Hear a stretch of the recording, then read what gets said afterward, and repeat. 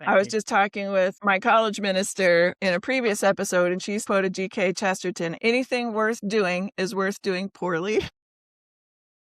But I don't think you did it poorly at all. I think it's amazing, I and I hear what you're really saying, enjoyed though. reading it.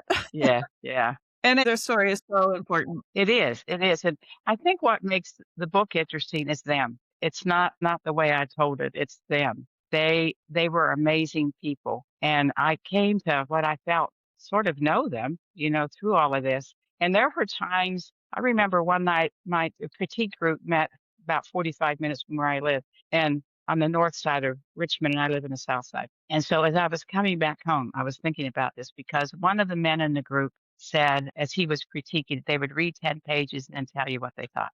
And he said, sort of pushed the paper back, and he said, look, you don't have a lot to work with here. So if this is going to be good, it's got to be written really well. And it's not. He said, I'm like, so Brutal.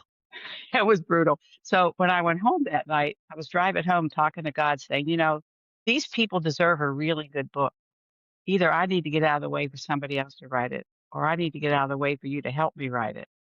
Um, so help me with this, God. If you really want me to do this, help me because I want this to be a good book for them because, you know, they really do deserve this. I got, I mean, it's just a sort of a conversation, I don't know how people pray and listen to God, but anyways, I felt like God was trying to tell me how she was informing me and it was sort of listen harder and wait longer.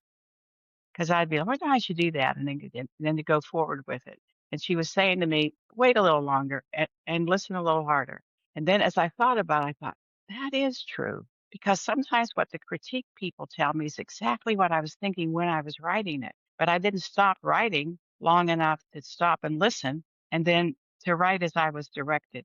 So I thought God really is directing me in this. I'm just moving forward too fast and not listening enough. I don't pretend that this is the Bible, but it did cause me to think, I wonder what it's like for the Bible writers, particularly like Paul or even the gospel writers telling a story.